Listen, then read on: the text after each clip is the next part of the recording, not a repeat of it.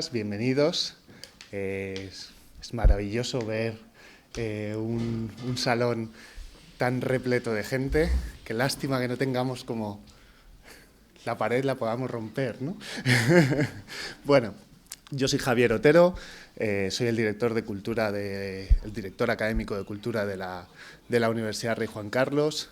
Y bueno, pues lógicamente os agradezco a todos vuestra asistencia, las autoridades del Ayuntamiento de Aranjuez, muchas gracias por venir. Y muchas gracias a Raquel Mora también por organizar desde Crea Cultura en Aranjuez pues esta visita que nos haces. Y que, bueno, pues tengo el orgullo y para mí es un honor presentarte hoy. Evidentemente es una persona, Juan Luis, que no hace falta presentarla, ¿no? A priori, todo el mundo conocemos quién es, pero bueno, sí es cierto que aunque es uno de los investigadores más reconocidos de este país, pues sí quiero decir unas pequeñas palabras para situarnos un poquito en contexto y así darle la bienvenida, ¿no? El profesor Arzuaga es catedrático en paleontología en la Universidad Complutense de Madrid y codirector del yacimiento de Atapuerca, uno de los lugares más arqueológicos más importantes del mundo, ¿no? Bajo su dirección, el equipo ha sido galardonado con el Premio Príncipe de Asturias de Investigación Científica y Técnica y el Premio Castilla y León de Ciencias Sociales y Humanidades. Además, fundó la Fundación Atapuerca, ha recibido numerosos reconocimientos a lo largo de su carrera. En 2002 fue nombrado miembro de la Academia Nacional de Ciencias de Estados Unidos. En 2007 se convirtió en miembro de la Real Academia de Doctores de España. En 2008 recibió el premio Antonio de Sancha por su defensa de la cultura a través de la divulgación científica, algo que para mí es importante por esa conexión entre ciencia y cultura, ¿no? Que a veces se nos parece que son dos caminos distintos y no hay duda que es el mismo camino. Y además, como seguro todos saben, es doctor honoris causa por 3 universidades, Burgos, Politécnica de Valencia y Zaragoza, ¿verdad? El profesor Arzuaga es miembro del Museo del Hombre de París, de la Asociación Internacional del Estudio de Paleontología Humana y vicepresidente de la Comisión de Paleontología Humana y Paleoecología de la INCUA, además de haber sido conferenciante por todo el mundo en diferentes universidades y diferentes ciudades alrededor del mundo, ¿no? Bueno, para mí es fascinante lo que te decía antes, ¿no? La manera que tienes de unir ciencia y cultura, cuando muchas veces tratan de separar los dos términos. Yo como director académico de cultura de esta universidad, pues a veces uno toma el camino siempre de las letras, del arte, de las humanidades, estando además en esta facultad de Artes y Humanidades como estamos, y no hay ninguna duda que la conexión al final entre las artes, las humanidades y las ciencias pues es inevitable, y todo eso lo comprende la cultura de un país, la cultura en general, ¿no? Quería decirte, Juan Luis, que bueno, que por algunas cosas que he visto, yo me considero una persona optimista, como creo que tú te consideras, por supuesto, y trato de mantener siempre una ilusión sobre las cosas, que creo que también para ti eso es importante. Trato de asombrarme con las cosas, que creo que también para ti, una vez más, es importante. Un poco esa mirada que a veces hablas de los niños, ¿no? De los niños, cómo se asombran, cómo se ilusionan con cada cosa que descubren, con cada cosa que ven. Y bueno, y quería decírtelo, además, que he escuchado en alguna ocasión que tú siempre recomiendas a alguien que quiere estudiar paleontología leer a Cervantes y leer a Shakespeare, ¿no? Sobre todo por la cosa que a mí me concierne por profesor de teatro que soy y el área que por el camino en el que voy, aunque sea académicamente, desde el punto de vista del teatro, de la danza también, ¿no? Entonces, pues eso me toca muy de lleno y que una persona como tú diga que hay que leer a Shakespeare, pues es una maravilla. Así que nada, te decía que por supuesto que hay que admirar el pasado, que hay que admirar el presente, lo contemporáneo, que eso también lo has hablado en alguna ocasión, y que bueno, que aunque no nos conocíamos, nos acabamos de conocer, pero por todo lo que significas, por todo la manera en la que tienes de difundir y de comunicar la ciencia, que creo que hay pocos como tú en este país que seáis capaces de hacerlo tan fácil y tan sencillo, pues aunque hay que mirar también al pasado y hay que mirar al presente, yo desde el presente te puedo decir que te admiro, ¿no? Que te admiro y que me hace mucha ilusión que estés aquí esta tarde. No me extiendo más porque de pronto he tenido que hablar desde el primero y quizá he dicho cosas que no me tocaban. ¿Sí? Bueno, te pido disculpas. Te pido perdón. Pero bueno, doy la palabra a Raquel. Espero, si te he pisado, podemos repetir algunas cosas, que no pasa nada, porque al final es hablar de la persona que tenemos aquí. Nada, muchas gracias. Tienes la palabra cuando quieras. Gracias. Efectivamente, parte de la presentación me la has pisado, pero bueno, voy a ver si tengo un poco de juego de cintura. Buenas tardes a todos, muchas gracias por venir en un día tan caluroso en Aranjuez y además festivo. Lamentamos verdaderamente la falta de aforo, pero bueno, las cosas son así. Muy agradecidos a las autoridades presentes. Muchas gracias a la universidad, representada aquí por Javier Otero, que ha hecho una presentación estupenda. Inauguramos nuestras Blas Sesiones, la 4ª edición ya, que parece mentira, de Aranjuez Crea Cultura, con Juan Luis Arzuaga. Bueno, pues a mí me pasó lo mismo cuando empecé a intentar resumir su currículum. Pensé, pues es que voy a hablar solo yo las 2 horas. Es que es imposible, es muy difícil resumir, ¿no? Y de todo lo que tú has dicho, pues a lo mejor destacar algo muy interesante, ¿no? Que es que él se dio a conocer con las excavaciones en el yacimiento de la Sierra de Atapuerca, donde descubrieron este cráneo número 5, que es el cráneo más completo, mejor conservado del registro fósil, si no me equivoco, tú corrígeme, que fue apodado Miguelón, conocido por todos. Bueno, y todo esto le llevó a todos los reconocimientos y todos los méritos que ha estado describiendo Javier. Destacaría... ¿No se oye? ¿Ahora? ¿Ahora? ¿No? ¿Ya? ¿Sí? Hablamos desde las cavernas. No sé si voy a gritar un poco más. ¿Sí? Bueno, era fundamental lo que he dicho antes, así que lo siento. Es una broma. Quizá con esto. A lo mejor con este. Es que hablo muy bajito. Sí. No. Hablo desde la cueva, como Platón. No. Bueno, ¿ya? Sí. Vale, bueno, quisiera destacar, sin pisar lo que ha estado contando, lo que estaba relatando Javier, su labor como escritor, ¿no? Destacando a lo mejor 4 libros, sin extenderme, como puede ser La especie elegida, del 98, El collar del Neandertal, del 99, Vida, la gran historia, un título increíble, del 2019. Y también quisiera destacar un libro que es una delicia, que se llama Nuestro cuerpo. Es un libro en el que Juan Luis juega un poco con nosotros, nos enseña la evolución de la anatomía humana y lo hace de forma muy juvenil Prado, a los que nos dedicamos al mundo de la cultura, del arte en concreto, nos ha enseñado una cosa, he de confesarte.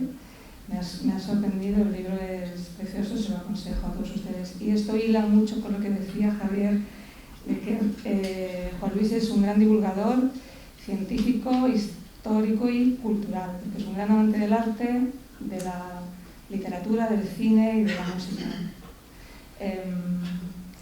Necesario destacar esta labor, pero sobre todo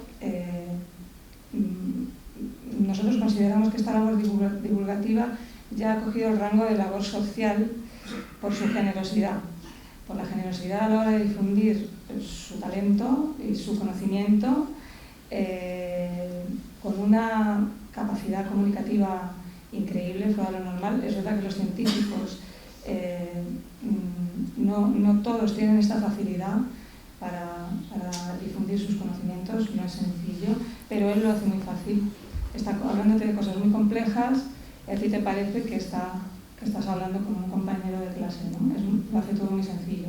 Esta generosidad conduce también a que a lo largo de los años, en una relación muy estrecha que tiene y muy saludable, diría, con los medios de comunicación desde hace muchos años, nos ha presentado a profesionales del mundo de la ciencia, de la literatura, que ahora conocemos, o al menos puedo decir por mi parte que yo no conocía, pero ahora conocemos, como puede ser Carlos de Ita, como puede ser Rodrigo Quiroga segundo, ¿no? Que es un científico interesantísimo. Entonces, bueno, por todo esto, muchísimas gracias. No sabemos ya cómo decírtelo. Hoy viene a presentar la reedición de su primera novela, Al otro lado de la niebla. Aquí lo tenemos. En el que nos lleva de viaje por la prehistoria. Hablamos de un niño, un muchacho, que se enfrenta a los avatares de la vida en aquel momento. Si tienen ustedes interés en adquirir tanto un ejemplar como de Al otro lado de la niebla como otros ejemplares de otros libros suyos, nuestra librera, la librera de la Asociación María, tiene abajo, en la planta baja, ha montado un puesto en el que ustedes pueden adquirirlo si quieren. Bueno, me dicen que aquí en la entrada, vale, ha cambiado. Bueno, aquí arriba. Y luego Juan Luis estará encantado de decir más abajo. No sé si lo he dicho muy claro. Bueno, y si alguno de ustedes tiene interés en conocer la labor de la asociación, o incluso asociarse, que tampoco estaría mal, nos pueden reconocer fácilmente por la chapita que llevamos. Y ya está, ya acabamos. Les dejamos con el niño más preguntón de la clase, el más curioso, Juan Luis Arzuaga.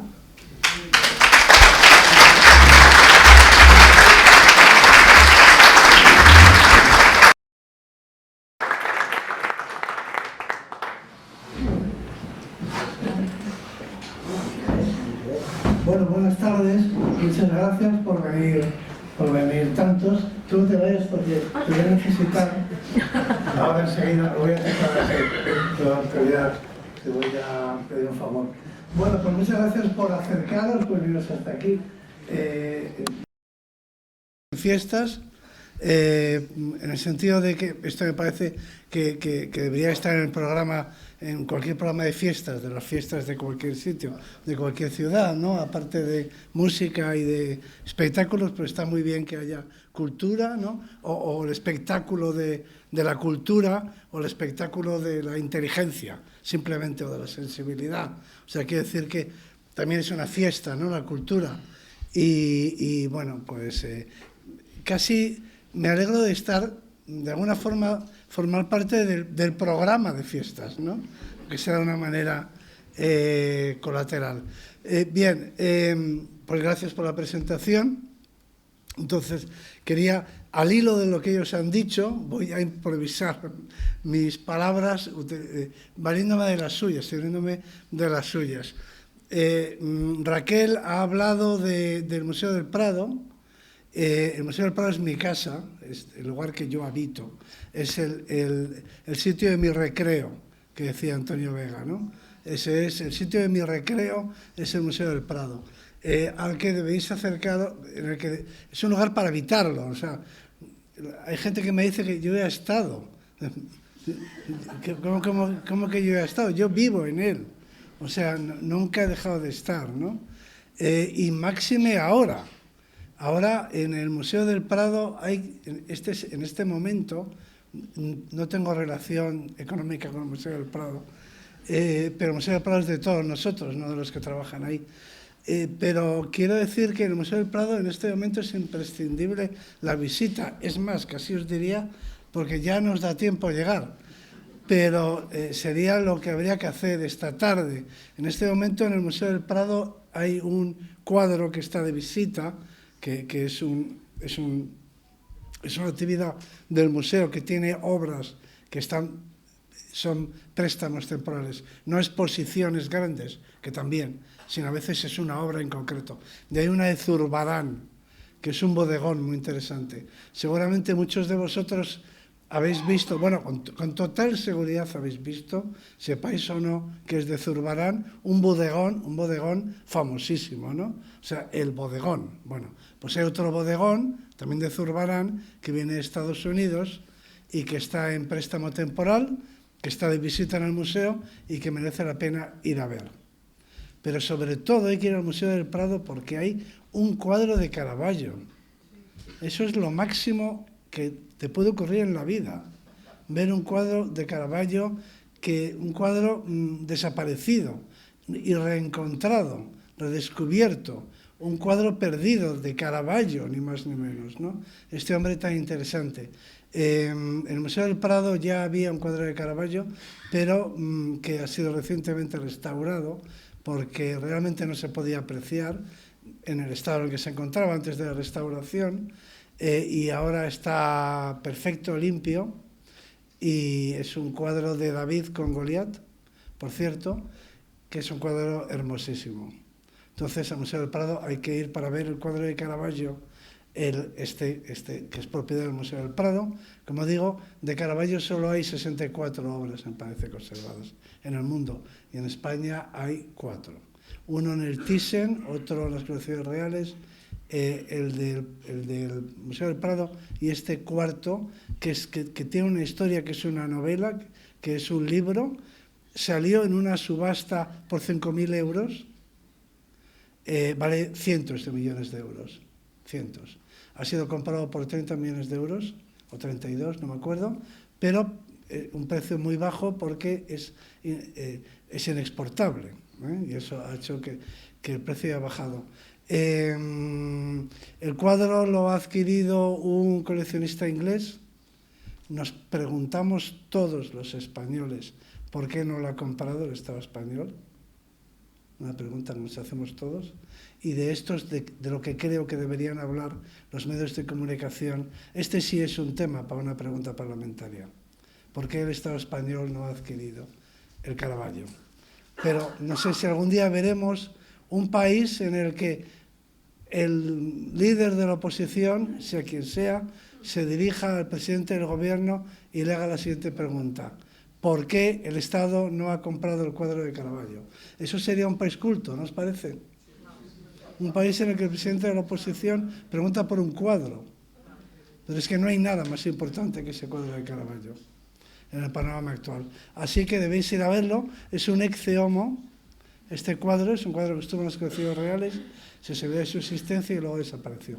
Y ha reaparecido, como digo, lo tenía alguien anónimo, salió una subasta, inmediatamente fue identificado, no inmediatamente, pero fue identificado, afortunadamente, y casi me atrevería a decir que es la prueba irrefutable de la existencia de Dios. O sea, gracias a Dios fue identificado, por tanto no pudo ser exportado. Se ha quedado aquí, ha sido restaurado exquisitamente durante meses, durante los cuales ninguno podíamos ver el cuadro de Caravaggio, porque no se podía ver, y finalmente está colgado en el Museo del Prado. Estas son las cosas importantes que ocurren en un país.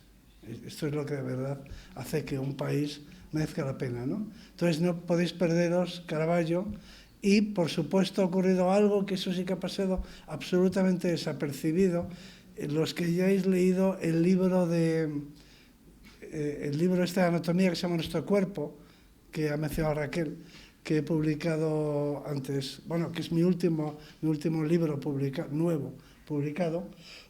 En ese libro se transparenta mi admiración por un personaje histórico que es la reina Cristina de Suecia, seguramente no muy conocida por el gran público, pese a que hubo una película de Ingrid Bergman en el Jurásico. El caso es que la reina Cristina de Suecia es un personaje increíble desde muchos puntos de vista, una persona cultísima, inteligentísima, le llamaban la Atenea del Norte, en fin, que abdicó de la corona de Suecia, finalmente se fue a vivir a Roma, donde reunió una colección fabulosa de escultura clásica, que es la que está en el Museo del Prado. Es decir, la colección de escultura del Museo del Prado, escultura greco-romana, escultura clásica del Museo del Prado, es la colección que reunió la reina Cristina de Suecia en Roma. Y ahora lo tenemos en el Museo del Prado. Pero no solo eso, sino que hay dos cuadros maravillosos del Museo del Prado, que son el Adán y Eva de Durero, y esos son un regalo directamente de la reina Cristina de Suecia a Felipe IV.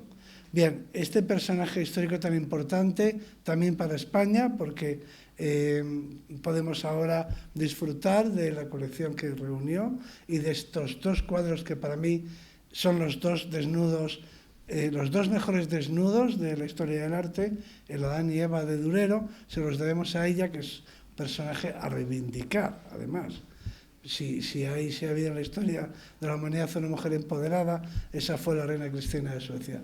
Y de la reina Cristina de Suecia había un cuadro enorme, en la que se le representa como un rey. Hoy ya se hace representar como un rey, no como una reina, sino como un rey. Montada en un caballo, con un halcón, es decir, adoptando con una actitud que es la que correspondía a los reyes y no a las reinas, aunque fueran reinas que reinasen, ¿no? Para empezar, y con un paisaje al fondo muy interesante y además lleno de claves y simbólico. Bien, ese cuadro lo menciono en el libro, pero digo que no se expone, que no se puede ver. Es un cuadro en un formato enorme.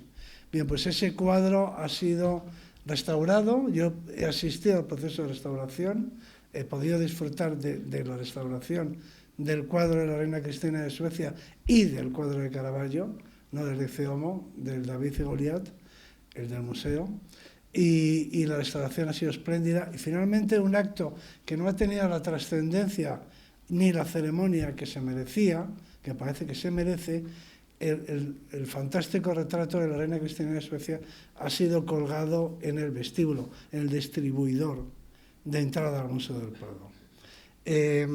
Junto con la colección de las musas que aparecen ahí, una de las cuales tiene su cabeza, es un retrato, es una efigie de la propia reina Cristina de Suecia, que está por 2 veces en el Museo del Prado, por lo tanto como efigie, como cabeza de una escultura que procede de la villa de Adriano, romana, y también en ese gran cuadro. Y me parece que es un acto del que un país podría sentirse orgulloso. Yo creo que es el acontecimiento en los últimos bastantes años que me parece más emocionante y más importante de la historia de lo que ha sucedido en nuestro país. En los últimos bastantes años, si no décadas, es que en el Museo del Prado, en la entrada, en el distribuidor, se ha colgado la efigie de una mujer, que es la reina Cristina, con todo lo que representó. Y digo que esto se debería haber puesto mucho más en valor, porque este museo, el Museo del Prado, podría haber elaborado un discurso diciendo al público internacional, de una manera mucho más explícita y no de una forma implícita como está ahora, podría haber dicho que este museo, el Museo del Prado, tiene unos valores y que esta reina que está aquí puesta, olvidada, una reina que estuvo en un almacén, una reina que no se visitaba, que no se veía, que ha habido que restaurar, que había permanecido, que no había tenido la oportunidad de comunicarse con la gente.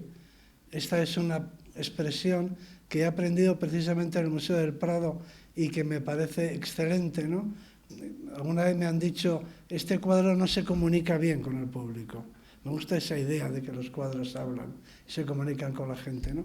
Pues esta Reina Cristina, que había permanecido ahí en la oscuridad tantos siglos, desde el siglo XVII, que no había podido comunicarse con el público, lo que ella representó, sus valores, en fin, su importancia, no solo para el Museo del Prado, que desde luego, sino mucho más allá de eso, finalmente ha sido puesta, este cuadro es el primer cuadro que uno ve cuando entra al Museo del Prado.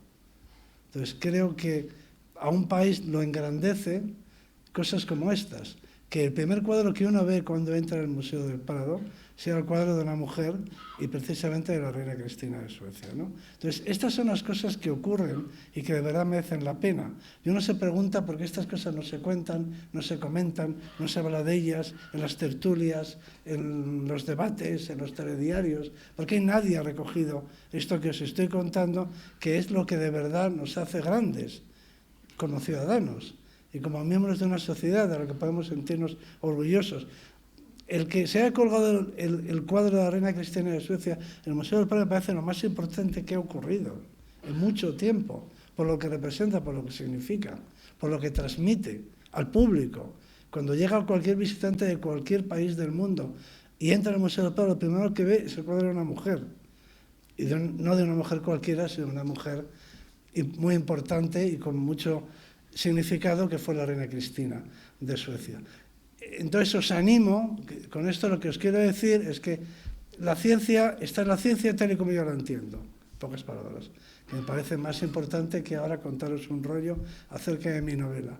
Me parece más importante que os comunique cuáles son mis valores, qué es lo que me mueve, por qué hago las cosas que hago, cómo veo yo la sociedad y el mundo, ¿no? Y me parece que más que contaros las anécdotas de mi carrera literaria, es importante que sepáis que tenéis una cita con el Museo del Prado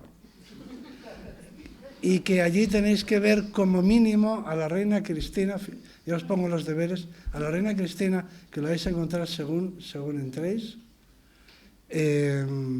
representada como un rey, o sea, con toda su majestad, con todo su poder, con la potestas, con el poder y con la autoritas, con la autoridad, como tiene que estar alguien que es el que dirige una nación. Y luego vais a poder ver ahí mismo, en ese mismo distribuidor, ahí están los retratos de las musas que vienen directamente de la villa, del teatro griego de la Villa Adriana, y los que en nuestra juventud leímos las memorias de Adriano, no podemos de Maraillu Senà, no podemos evitar emocionarnos hasta la lágrima cuando vemos esas esculturas de esas musas en las que el emperador Adriano se recreaba, el emperador Adriano, que era filoheleno, que era amante de lo griego, se recreaba escuchando las grandes obras de los clásicos. Para ellos los clásicos eran los griegos, ¿no? Entonces tenéis que ver ese magnífico recibidor, ahora engrandecido y ennoblecido por esta declaración de principios del Museo del Prado. Este es el Museo del Prado, estos son nuestros principios, estos son nuestros valores, aquí está la Reina Cristina. Ahora ya puedo entrar y ver las pinturas, ¿no? Que tenemos muchas y muy bonitas. Bien, siguiendo con esto, tendréis que ir a ver a Caravaggio, de vida torturada, Zurbarán, las esculturas griegas, que son de las que hablo en el libro, y el Adán y Eva de Durero, que está en otro lado, de las que también hablo en el libro. Bueno, entonces, a eso ya me lleva de camino, me lleva de vuelta al libro, que es la novela, a la novela. Pero una vez que ya me he presentado y me habéis conocido, ¿no? Como soy y lo que pienso y mi sensibilidad. El arte, como veis, me emociona, sobre todo el arte de los museos, es decir, el arte que es de todos, que es público. De hecho, en el Museo del Prado estuve el año pasado, precisamente presentando el libro Nuestro Cuerpo, y allí me hicieron el regalo más maravilloso que alguien puede recibir. Esto que vais a ver ahora es un pase de honor para el Museo del Prado. Yo llego allí y digo, Oli, y paso. Eso está muy bien. Está muy bien porque lo hago, pero también vosotros podéis pasar, aunque no tengáis este carnet. Bueno, ahora vamos a hablar de la novela, aunque sea poco tiempo. La gente me pregunta de cuándo sucede exactamente la novela, que cuándo ocurre la novela. Y entonces no quiero contestar con números, no me gusta contestar con números. ¿Qué más da? Es una leyenda, es un cuento. ¿Qué más da cuando ocurriera, no? Casi estoy por decir que ¿qué más da en qué planeta ocurriera? Como si ocurrió en otro sistema solar. ¿Qué más da, no? Es una historia, da igual, ¿no? Pero, en todo caso, ocurrió en este planeta la historia y ocurrió en esta península, la península ibérica. Es decir, que el escenario, el mundo en el que se desarrolla es el marco físico, el territorio es la península ibérica.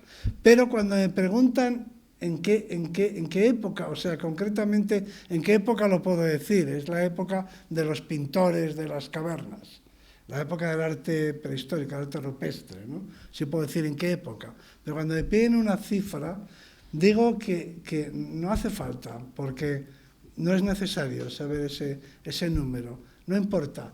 Y entonces aquí recurro a la fórmula ancestral, y por eso te necesito, a la fórmula ancestral que utilizan todos los chamanes viejos de la tribu, categoría a la que, oh sorpresa, ya pertenezco.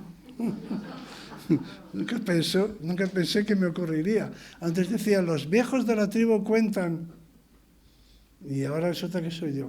Pero bueno, los viejos de la tribu, cuando hablan del pasado mítico, ancestral, de la época de los orígenes de la tribu, de la cultura, del mundo, ¿no? Cuando intentan remontarse al momento de la creación, ¿no? Cuando apareció la gente, cuando apareció el mundo que conocemos, tampoco daban una cifra, ¿no? Y utilizaban una fórmula universal. Entonces, esta fórmula universal es la que yo voy ahora a pronunciar para empezar esta conferencia sin diapositivas, ¿no? Estuve dudando entre traer diapositivas o no traerlas, y al final pensé que esta novela tiene que ser contada. O sea, hay que imaginarla. No se trata, podría hacer un making of, ¿eh? Porque los paisajes son paisajes que todavía existen, ¿no? Eso sería otra historia, hacer un making of, donde se desarrolla la historia, y yo tengo fotografías de los sitios donde se sitúa, porque son lugares que todavía existen, porque la prehistoria todavía existe. Y estas cosas que yo cuento ocurrieron en esos lugares, con toda seguridad. Es decir, que es realmente el escenario en el que las cosas sucedieron. Pero he preferido recurrir a la oralidad y a la evocación, y que os imaginéis vosotros esos paisajes o esas imágenes, ¿no? Bien, entonces estaba diciendo que la fórmula sagrada, la fórmula eterna para empezar una narración, un relato mítico, en cualquier pueblo de la tierra, es esta, que yo voy a pronunciar con voz de paleontólogo, de científico, pero que Javier pronunciará, que es profesor de teatro, pronunciará a continuación con voz de chamán. Este es el reto, ¿no? Entonces el viejo de la tribu se levanta. Eso no lo vamos a hacer, pues nos alejaríamos del micrófono, pero hay que ponerse de pie, hay que ponerse así. Pero o así. No lo vamos a hacer porque quedamos lejos del micrófono. Vale, pero o por lo menos yo no. Bueno, yo no proyecto tanto, tú sí, proyectas tú. Bueno, pues se pone así, todo el mundo está expectante, así es como funciona. Todo el mundo está expectante. Es un corro alrededor del fuego, ¿no? Bajo las estrellas o en la boca de la caverna, en un lugar que no distraiga, para que las miradas se concentren en el viejo, que va a contar, en el chamán, que va a contar la historia de la tribu, porque estamos aquí, ¿no? Y la va a contar una vez más. No sé si os habéis dado cuenta de que a los niños les gusta que les repitan los cuentos con las mismas palabras. Y si uno se salta una frase, los niños dicen, no es así, no es así, lo de Caperucita no es así. ¿Por qué? Pues porque te has comido una frase, ¿no? Ellos, como toda fórmula, como cualquier fórmula sagrada, tiene que ser repetida al pie de la letra, ¿no? Siempre. Entonces, por eso las palabras son siempre las mismas. Y siempre dicen así. Hace mucho, mucho tiempo, cuando el mundo era joven. Así empiezan las historias. Te toca a ti. Hace mucho, mucho tiempo, cuando el mundo era joven. Bueno, entonces, ahora viene la segunda parte de su intervención. Quiero decir que el libro está concebido como si fuera una película, inevitablemente, porque tengo una cultura cinematográfica. Entonces, yo y todos los que escribimos o vivimos o lo que sea en una sociedad moderna.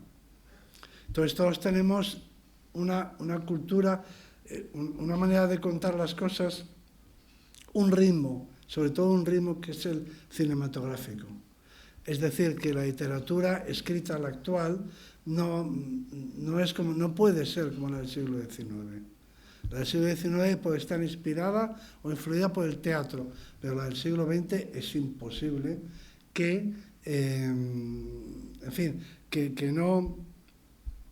no esté influida por el cine, porque todas las historias que hemos visto las vemos en ese formato, con ese ritmo y a base de imágenes, ¿no? Cuando digo imágenes no me refiero a fotogramas, sino que es básicamente visual. Las cosas no se explican porque se ven. Por ejemplo, cuando Walter Scott describía un castillo, necesitaba 7 páginas, porque nadie había visto un castillo.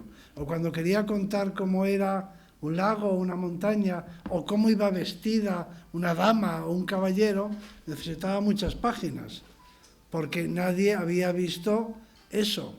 Tenía que hacer una reconstrucción.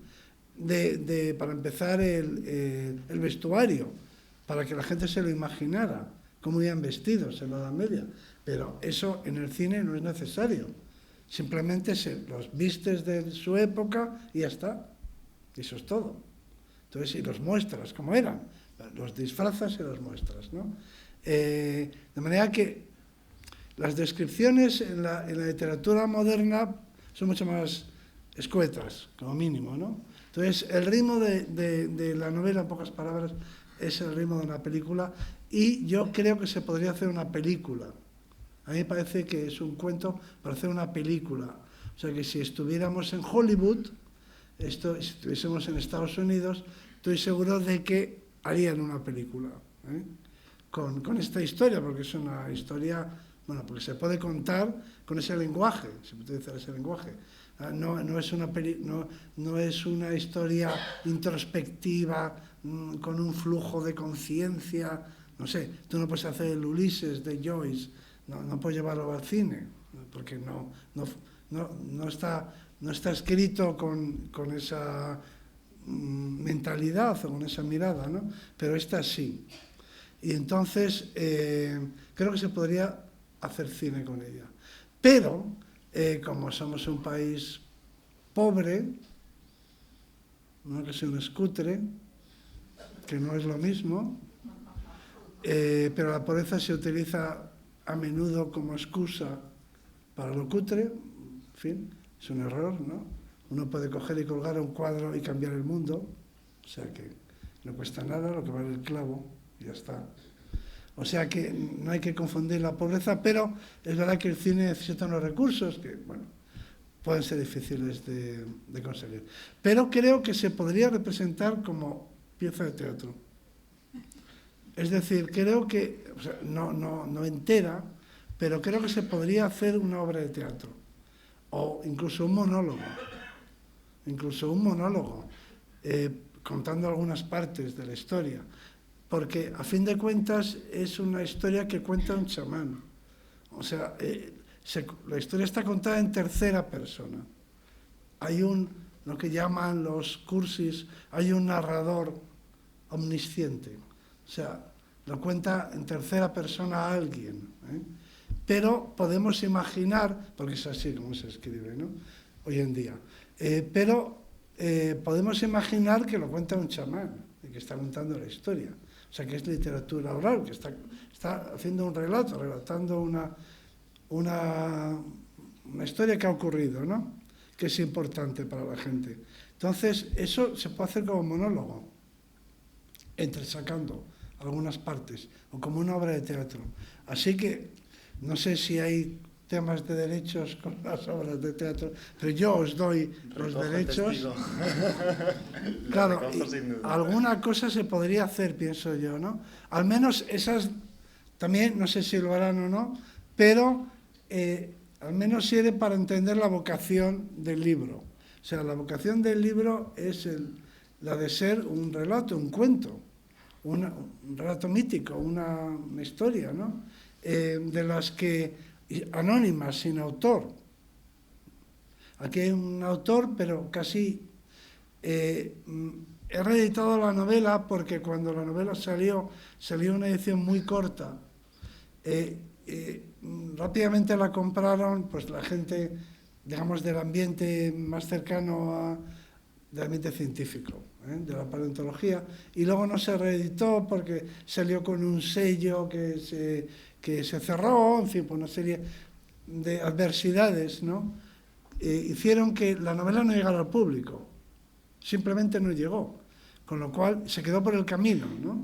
O sea, la novela salió, se agotó inmediatamente y entonces no fue más lejos, no llegó más allá. Entonces la gente no la conocía. Y de la novela había un aspecto que a mí me gustaba, pero al final decidí reeditarla, pero me gustaba, y es que se había convertido en una especie de rumor. O sea, alguien decía que tenía un amigo cuyo cuñado le había dicho que había conocido a una chica que había leído un libro, una novela de Arzuaga. Entonces, era como una leyenda, nadie la había visto, la novela, se rumoreaba que existía por ahí una novela. ¿Y qué le había parecido a la amiga del primo, del cuñado de tu hermano? Pues decía que le había gustado mucho. Entonces, no había manera de encontrarlo, ¿no? Y es verdad que alcanzaban precios muy elevados. Está mal que yo lo diga, pero es verdad, por su rareza al menos, en Internet, y entonces había mucha gente que me pedía que la reimprimiera, o sea, que la reeditara, pero la cosa es complicada en el mundo editorial. Y es complicada en el mundo editorial porque ya no se reedita. Es decir, los libros se venden, en fin, que no me diga nadie,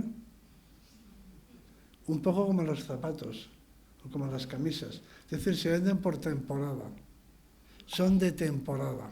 Entonces, por ejemplo, ahora ya se empieza a preparar la temporada de otoño, la vuelta de las vacaciones. Entonces, a la vuelta claro, yo desde mi ignorancia propia de un paleontólogo pensaba que los libros salían en cualquier momento, ¿no?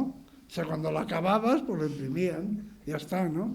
Entonces, luego descubrí que no funciona así el mundo del libro. O sea, el libro tiene que salir en la campaña de otoño, o tiene que salir para Reyes, y salen en bloque.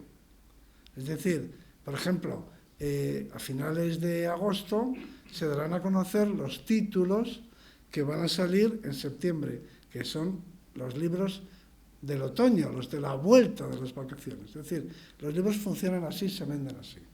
Es decir, del mismo modo que a ti te pueden gustar esos zapatos mucho, pero si vas a la zapatería, estos zapatos ya no los venden, porque son los de hace X años o X meses. Pero incluso si son del año pasado, ya no los venden. Porque este año han salido nuevas zapatillas, nuevas sandalias, ¿no? Es el sistema de la economía de mercado. El sistema del consumismo, ¿no? Entonces, nuestra economía hace que tú no puedas... Tú dices, bueno, me gustaba mucho aquel polo que tenía Lacoste hace 2 años. No, ese ya no se encuentra. Ese ya no existe. O sea, no se puede comprar. Puedes comprar en segunda mano.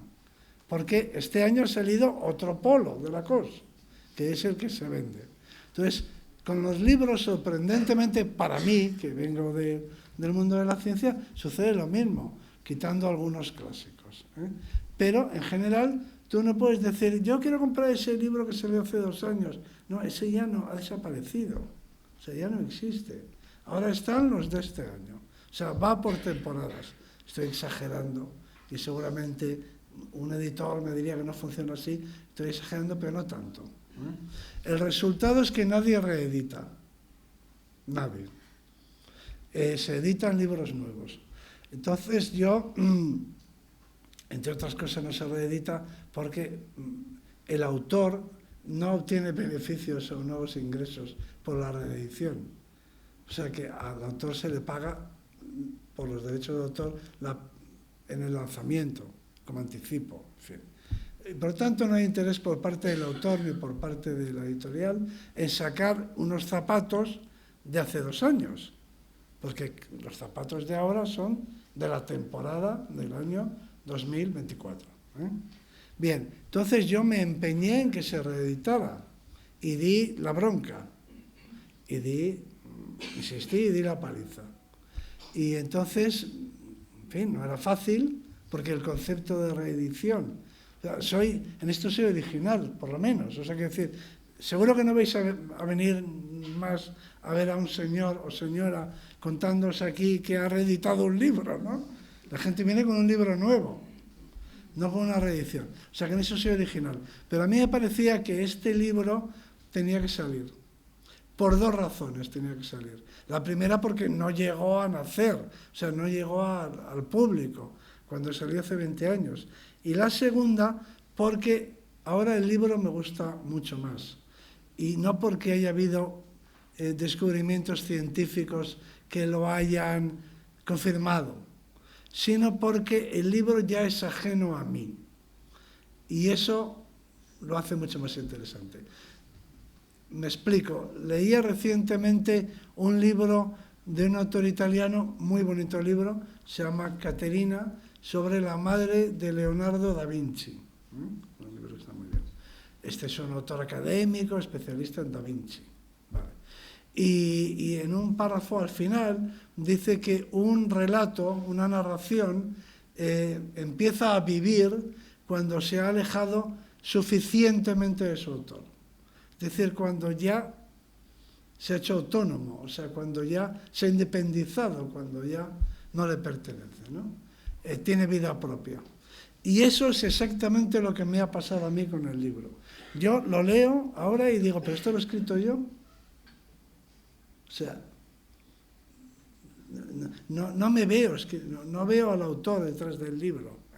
Es como si fuera un libro que se ha escrito solo. Es ya lo bastante independiente de mí y ajeno a mí, como para que ya viva él solo, ya no me necesita. O sea, yo ya no soy el autor. Ya simplemente he puesto por escrito o en palabras historias, como me gusta a mí decir, historias que se cuentan a sí mismas. Porque a mí me gusta creer que las historias son eternas, y en cierto modo es verdad. Las historias son eternas, lo que pasa es que utilizan a las personas para perpetuarse. O sea, nosotros solo somos vehículos que durante una generación transmitimos los grandes relatos, las grandes narraciones, los cuentos inmortales, son cuentos que tienen vida propia, que ya no pertenecen a su autor, ¿no? Y que gracias a nosotros, que lo transmitimos, siguen existiendo. O sea, ya no está aquí Stevenson para hacer propaganda de la Isla del Tesoro. Si mis hijos leen la Isla del Tesoro, en su día será porque yo se lo he leído, o se lo he dado. No ha sido Stevenson. Stevenson ya nadie sabe quién es, para empezar, y en segundo lugar ya no está aquí, está muerto. Está muerto y enterrado en la Polinesia, además. O sea que se ha desvanecido. Y si todavía existe la Isla del Tesoro, es porque me lo contó mi padre, o mi madre en este caso, y yo me lo contó, o me lo dio, o lo que fuera, o me habló de él, me da igual, y yo lo he hecho con mis hijos. O sea que la única forma de que un libro perdure es que el libro sea autónomo, funcione de manera independiente, que ya no importe que el autor ya no sea necesario. O sea, que el autor no sea el que lo hace vivir, porque el autor no puede hacer vivir un libro. En la actualidad, ni siquiera el autor vivo puede hacer que un libro siga presente por el sistema de temporadas que se utilizan en la industria del libro, ¿no? Pero, en todo caso, si no se transmite a la siguiente generación, el libro pues ya muere para siempre, ¿no?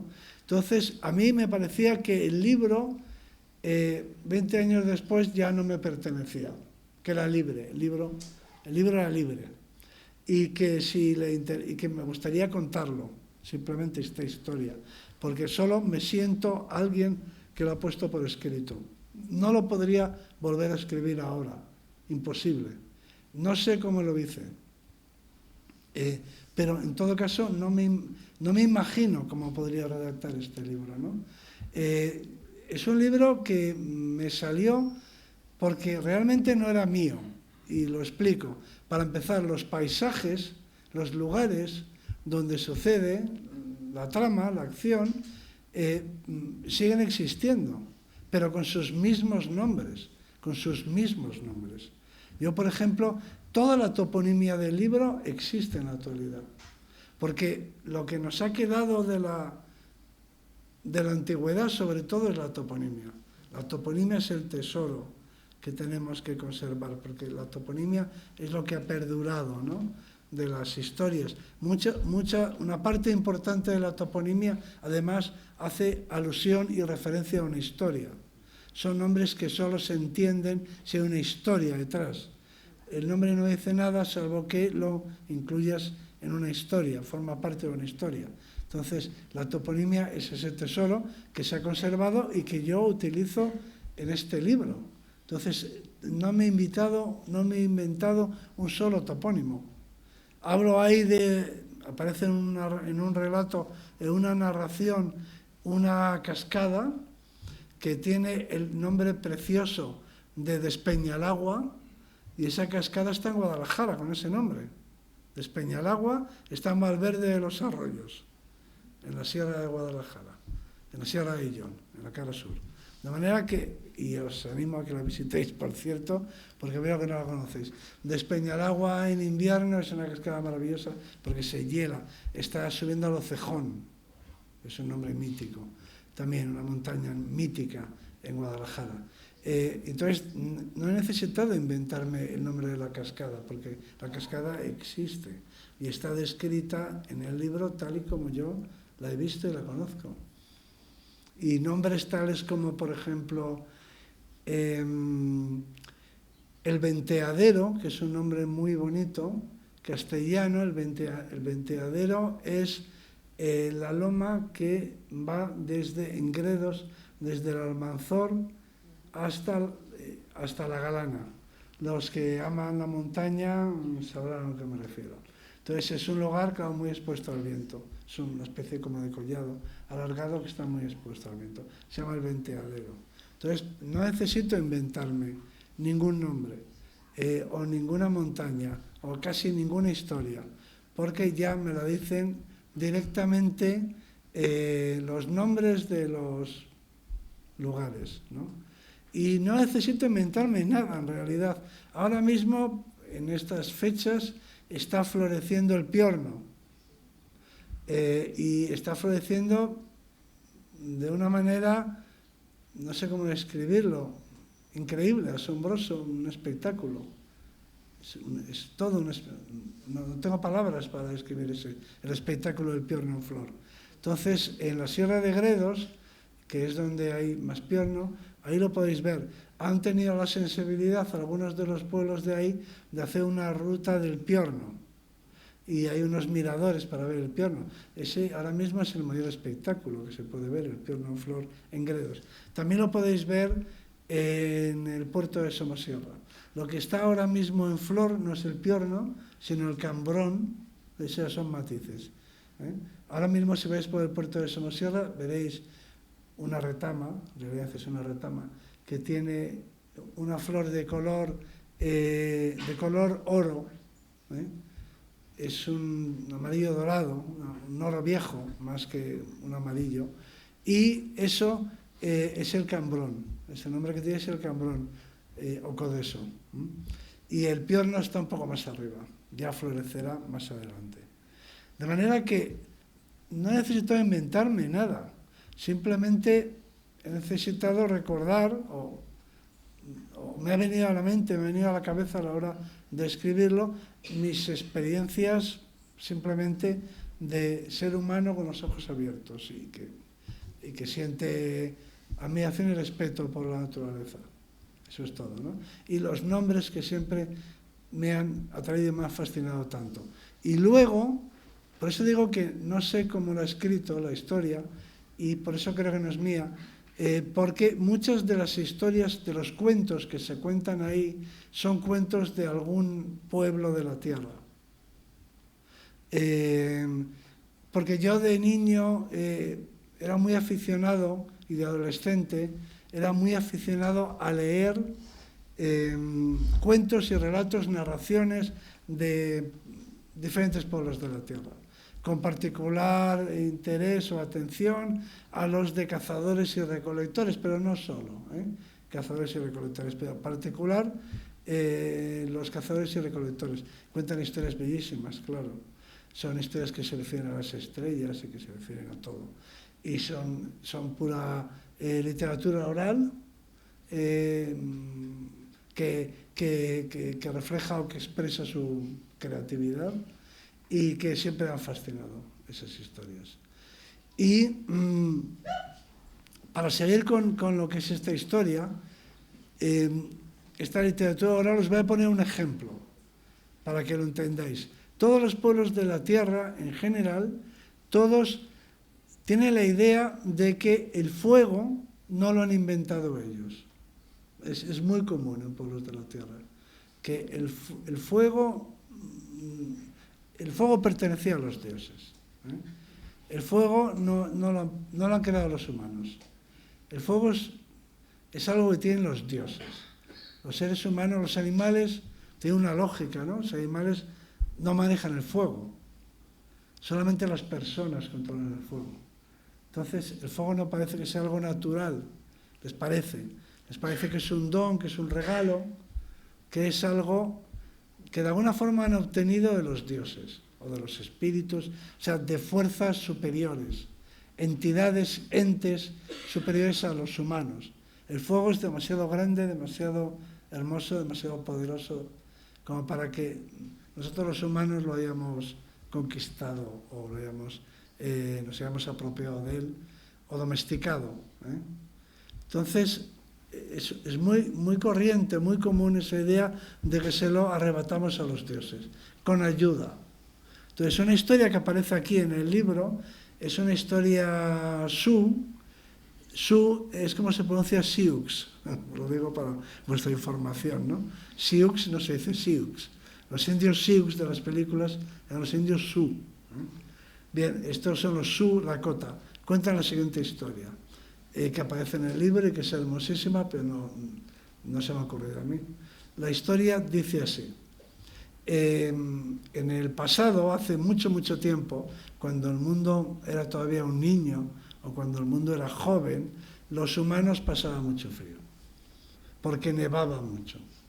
Entonces podríamos decir que esto es la glaciación, pero en los indios de la pradera pasan mucho frío, porque en las praderas americanas el clima es muy continental y hace mucho frío en invierno, nieva mucho. Es un clima muy extremo, el de las praderas. Hace mucho frío en invierno, por eso no hay árboles, hace demasiado frío, y en verano hace demasiado calor, no llueve. Entonces eso crea una estepa, una pradera. Bueno, entonces los humanos, la gente, todos los pueblos de la tierra, cuando se refieren a sí mismos, utilizan una palabra que significa la gente, todos los pueblos de la tierra. Por ejemplo, Inuit significa gente, todos los humanos, ¿no? Todos los pueblos de la tierra, pues por lo general solo conocen su pueblo. La mayor parte de los pueblos de la tierra antes no conocían otros pueblos, solo se conocían a sí mismos.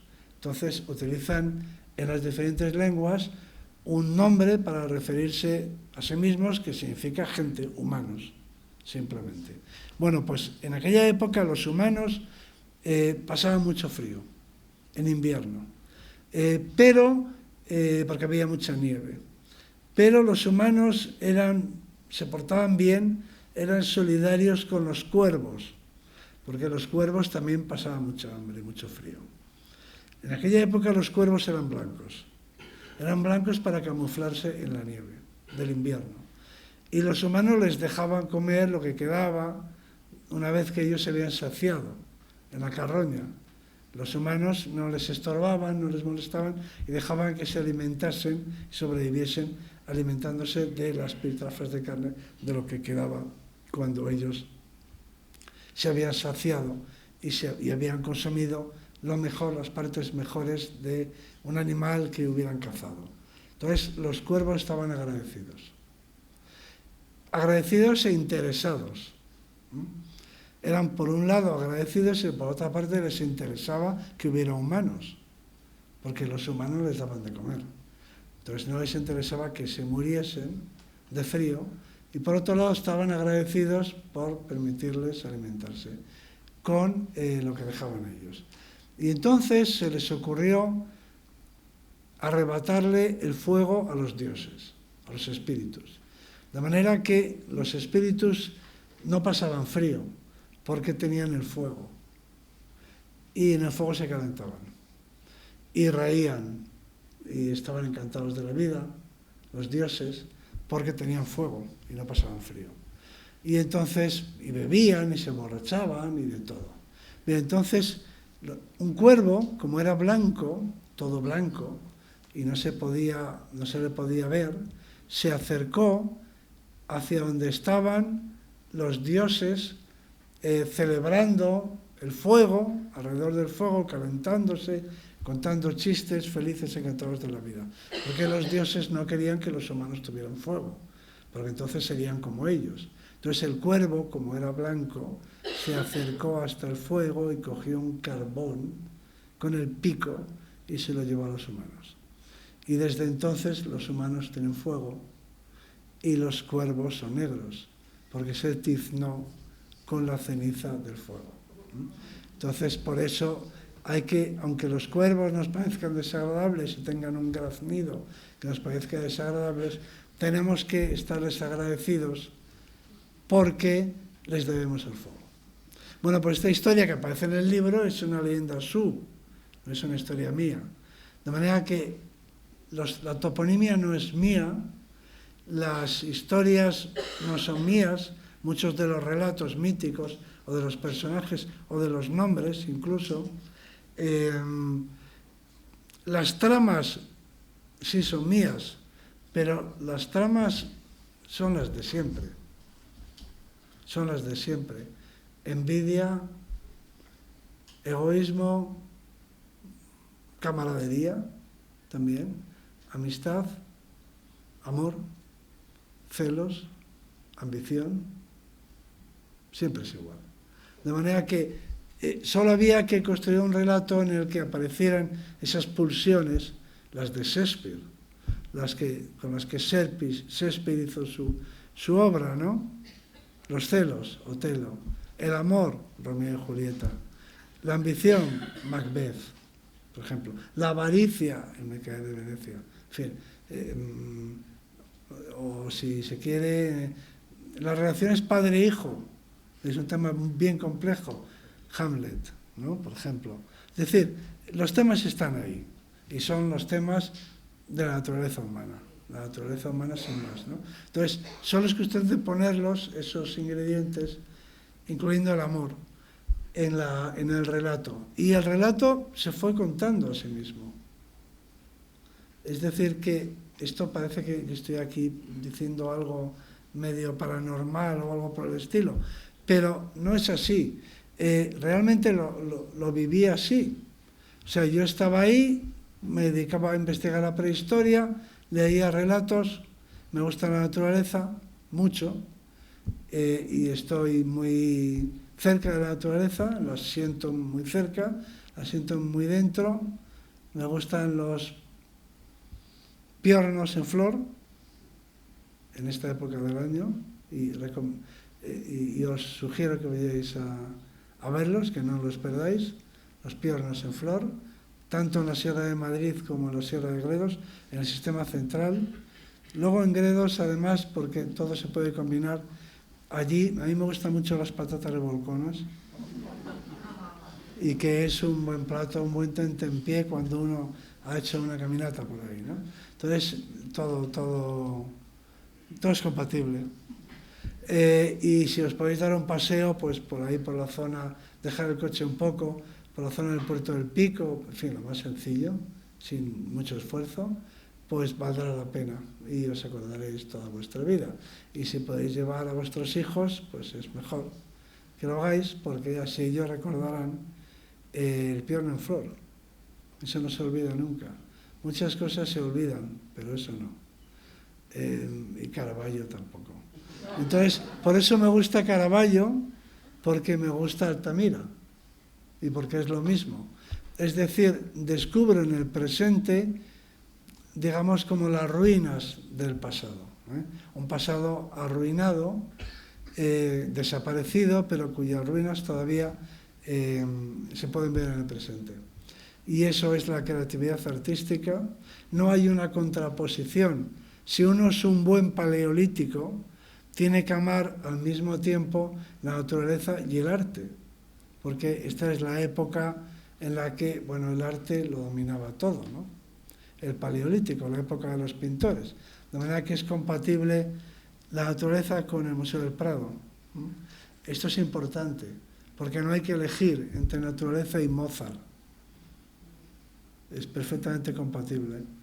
No hay que elegir o Campo o Beethoven, o Campo o Goya, no. Porque la creatividad también forma parte de nuestro espíritu más primitivo, más ancestral y más nuclear, ¿no? De manera que con todos esos elementos se fue contando a sí misma esta historia. Tiene mucho de los aborígenes australianos, que es el viaje soñado por mí, que nunca he hecho, que no sé si algún día haré, viajar al desierto central de Australia, porque he leído mucho sobre los aborígenes australianos de ahí y me gustaría conocer su país. Tiene mucho de todo eso, y luego, sobre todo, la parte científica del libro es quizá la imagen de lo que yo podría decir que es una aportación de mi conocimiento científico. No es tanto que, por supuesto, en fin, obviamente no me voy a equivocar con las plantas cuando las cuento, ¿no? Las plantas que cuento son plantas reales que existieron en esa época, ni los paisajes, eso sin duda, ni tampoco los utensilios, claro, eso por supuesto hay garantía de rigor científico, ¿no?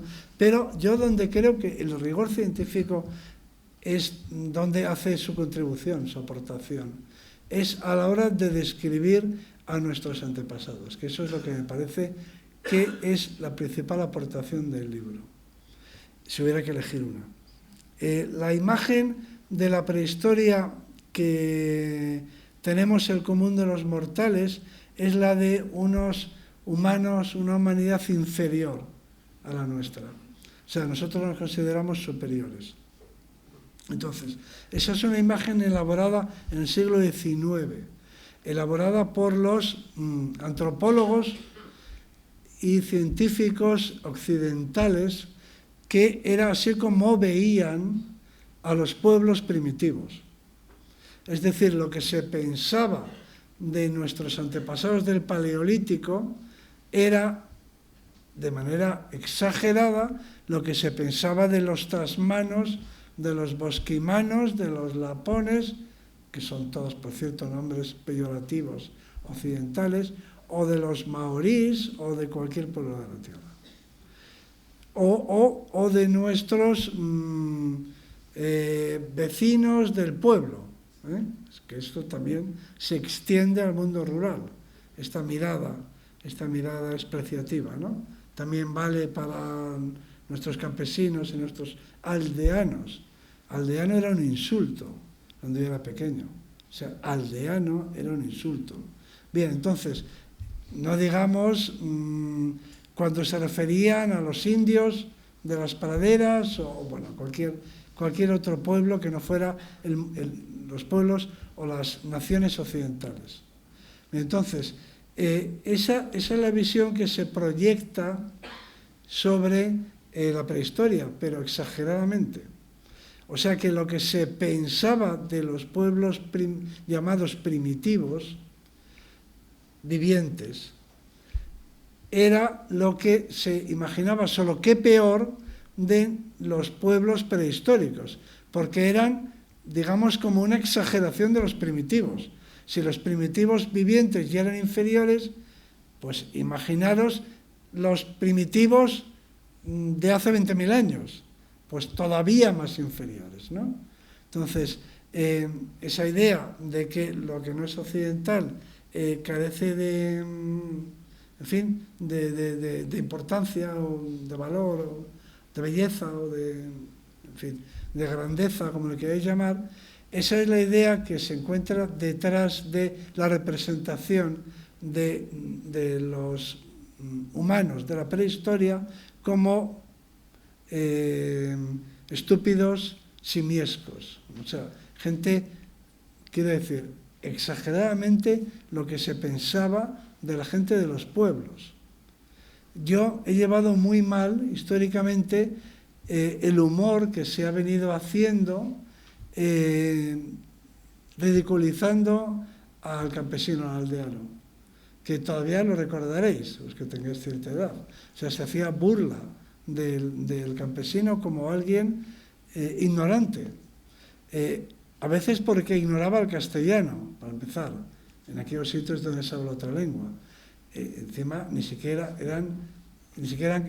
hablaban el idioma oficial, ¿no? Pero se les presentaba como estúpidos y desconfiados, en fin, como inferiores.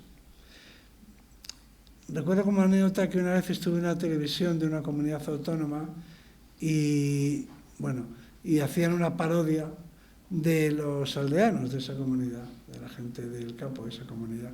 Y luego me tocaba a mí intervenir para hablar de tema científico. Y no me gustó lo que vi. Y luego hablé con el humorista y le dije, bueno, yo entiendo que tú haces este trabajo, pero no está bien.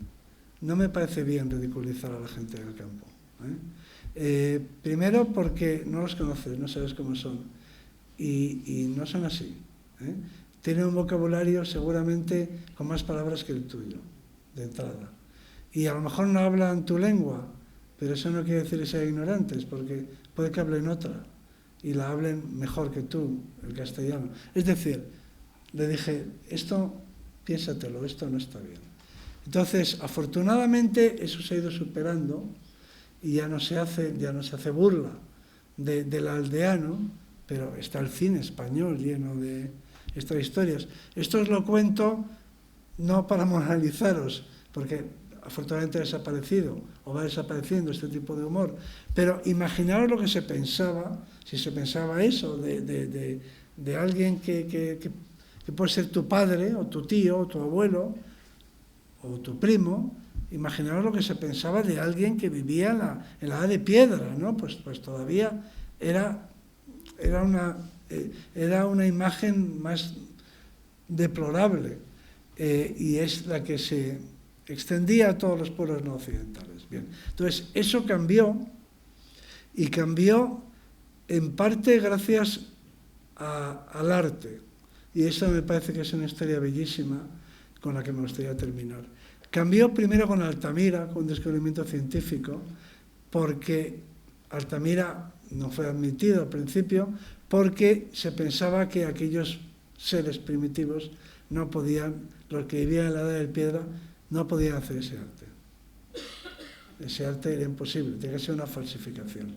La gente de la prehistoria no tenía la sensibilidad ni la capacidad mental para hacer semejantes obras de arte. Porque es como decir que lo de Altamira lo ha hecho un señor que está con el arado y con las mulas, ¿no? Pues en la mentalidad de la época no se les consideraba capaces de hacer nada más allá de una artesanía muy, muy burda, ¿no? En todo caso, no el arte, no el gran arte, no las bellas artes.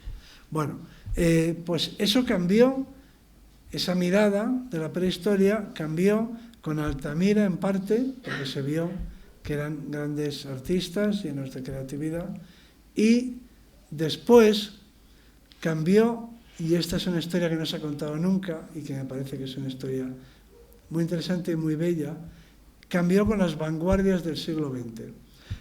Y os la contaré muy brevemente.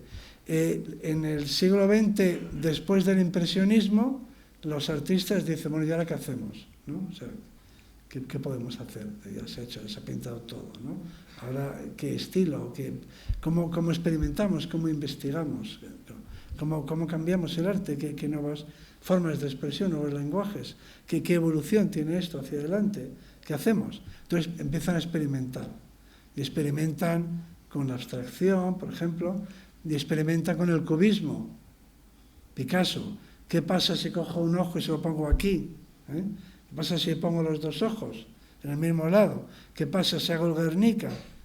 El Guernica es un experimento. Se ha pintado así nunca. ¿Qué pasa si lo pinto así? ¿No? Se hacían este tipo de preguntas. O Kandinsky decía, ¿qué pasa si pinto? Si ahora lo pinto así, en lugar de pintar figurativo, hago estas cosas. ¿Qué ocurre? Esto que sale es bello, es arte, ¿qué es? ¿No? Vamos a hacer experimentos. O Pollock, ¿qué pasa si chorreo ahí sobre el lienzo? ¿Qué pasa? ¿Qué pasa con eso? ¿Qué pasa con lo que sale? Vamos a hacer experimentos a ver qué hacemos, porque ya hemos recorrido toda la figuración. Entonces, vamos a probar, simplemente, vamos a experimentar. Y en ese momento, cuando están en eso, descubren el arte primitivo. Primero el de las Islas Cícladas, griegas, de la Edad del Bronce, y luego el arte primitivo africano, y luego por extensión, polinesio, y de otros muchos países, ¿no? De pueblos llamados primitivos. Entonces los ven y dicen, van por delante de nosotros. O sea, esta gente va por delante de nosotros. En nuestra evolución, nosotros aún no hemos llegado a eso. O sea, ellos están en una etapa más evolucionada que nosotros. Nosotros estamos poniendo los dos ojos en el mismo lado, estamos experimentando ahí con el cubismo, pero estos tíos lo que han hecho ha sido crear unas representaciones por ejemplo, de la cabeza humana o del cuerpo humano, que son unas representaciones que no son realistas, ni siquiera proporcionadas, pero que están llenas de expresividad, ¿no? En otras palabras, esto es lo que se nos tenía que haber ocurrido a nosotros. O bien, esto es a lo que habríamos llegado si hubiéramos seguido evolucionando, ¿no? Entonces, el arte primitivo pasa de ser un arte inferior a ser el más evolucionado. Es decir, a donde llevaría la evolución de la pintura occidental si hubiera seguido. Pues habría llegado ¿a dónde? Pues al arte africano, o por ejemplo, o al arte africano actual, o al de las cícladas de la Edad del Bronce, del pasado, ¿no? Entonces, eso cambia la imagen, bueno, cambia la historia del arte, para empezar, desde ese momento la historia del arte es otra, ese es el gran descubrimiento, por una parte, y en segundo lugar, claro, pues luego sale Brancusi, empieza a hacer cosas, empiezan a experimentar cosas que podrían ser africanas, por ejemplo, o polinesias, da igual, o de los indios del noroeste, del Pacífico, da lo mismo, ¿no? Pero empiezan a fijarse en lo que hacen, y también, por ejemplo, en las formas de los objetos cotidianos, de los cuencos, empiezan a darse cuenta de la cerámica, empiezan a experimentar con la cerámica. Por ejemplo, Picasso empieza a experimentar con la cerámica. Y eso sigue hasta nuestros días. Barceló tiene una exposición en La Pedrera ahora mismo, que si vais por Barcelona tenéis que ver, que se llama Todos somos griegos, que es una experimentación con la cerámica. Una vuelta a los orígenes, ¿no? Con la cerámica. O sea que dicen, caray, pero es que este cuenco es bellísimo. Los objetos de uso cotidiano, ¿no? Es que esto es una obra de arte. Esto se podría exponer en un museo, este cuenco, para comer arroz. Este cuenco para comer arroz se podría exponer en un museo y pasaría por ser una obra de arte. Entonces todo eso cambia y todo eso hace que cambie nuestra mirada de la prehistoria. Y ese es el mensaje final del libro, ¿no? La prehistoria recuperada, nuestros antepasados recuperados. Y eso tiene que ver con una anécdota personal mía, que por eso digo que este es un libro que no podría volver a escribir yo, por lo tanto no es mío, es de yo hace 20 años, o sea, otra persona, en otras circunstancias, con niños, por ejemplo, eso también te hace cambiar, otra cosa, ¿no? Pero esto viene a propósito de que una vez estaba dando una conferencia en el pueblo de mi familia paterna, que se llama Tolosa, que está en Guipúzcoa, y estaba allí explicando la prehistoria y ponía diapositivas. En aquella época eran diapositivas con marquito. Y entonces tenía a mi hija Rocío, que era la pequeña, y ahí sentada en primera fila, muy formal, porque las diapositivas le gustaban. Y con mi mujer, que está aquí, y por ejemplo salía Lucy, que es un homínido muy famoso y me gustaba mucho. Y entonces cuando terminé de poner diapositivas, pregunté si alguien tenía alguna pregunta, y nadie se atrevía a preguntar, como se le ocurrir, ¿no? Y entonces, pues ella, como era pequeña, no tenía ningún complejo, y además, que era su padre, ¿no? Dijo, yo quiero preguntar. ¿Y qué quieres saber? A ver, Rocío. Y me dijo, ¿cómo eran? Entonces yo entendí lo que quería decir. Cuando me preguntaba cómo eran. O sea, entendí su pregunta infantil, que es una pregunta ancestral, ¿no? O sea, no quería que los describiera, quería que le dijera cómo eran, para que ella pudiera imaginarlos. Entonces, no sé cómo, pero me salió lo siguiente. Le dije, eran príncipes, hija. Eran los príncipes del bosque y de la pradera. Esta es la historia de cuando fuimos príncipes. O sea, cuando todos nosotros, éramos príncipes. Esta es la historia que quiero contar. Entonces digo que eso es la historia que quiero contar y lo más científico del libro. Porque por lo que sabemos del libro, eran guapísimos. Quiero decir, se sentían guapísimos, que es lo importante, ¿no? Es en lo que consiste ser guapísimos. Eran, pues, no sé, como Javier, por ejemplo, ¿no? Eran así altos, con coleta, ¿no? Eran estupendos. Eran altos, la verdad es que eran altos. En Europa eran más altos que luego en el Neolítico. Era gente alta, eso no quiere decir que sea mejor ni peor, pero eran altos. Bueno, para una pasarela es mejor ser alto. Eran altos, eran atletas, porque iban todos los días al gimnasio. Todos los días al gimnasio. Y hacían todos los días 200 sentadillas mínimo. Todos. Porque vivían en la naturaleza. Y entonces participan de la belleza que tienen todos los animales. Yo creo que nadie ha visto nunca una cierva fea, ¿no? Que digas, qué fea es esta cierva. Sería raro, ¿no? Que alguien viera una cierva y dijera qué fea es, ¿no? No, o una yegua y dijera que yegua más fea. O sea, todas las ciervas, todas las corzas, imaginaos que vamos con un coche por la carretera, mira, sale una corza y dices, qué fea. O sea, es imposible, es inconcebible, ¿no? O sea, los animales son bellos. ¿Por qué? Pues porque son ágiles, porque viven en la naturaleza y están en buenas condiciones, son funcionalmente bellos, ¿no?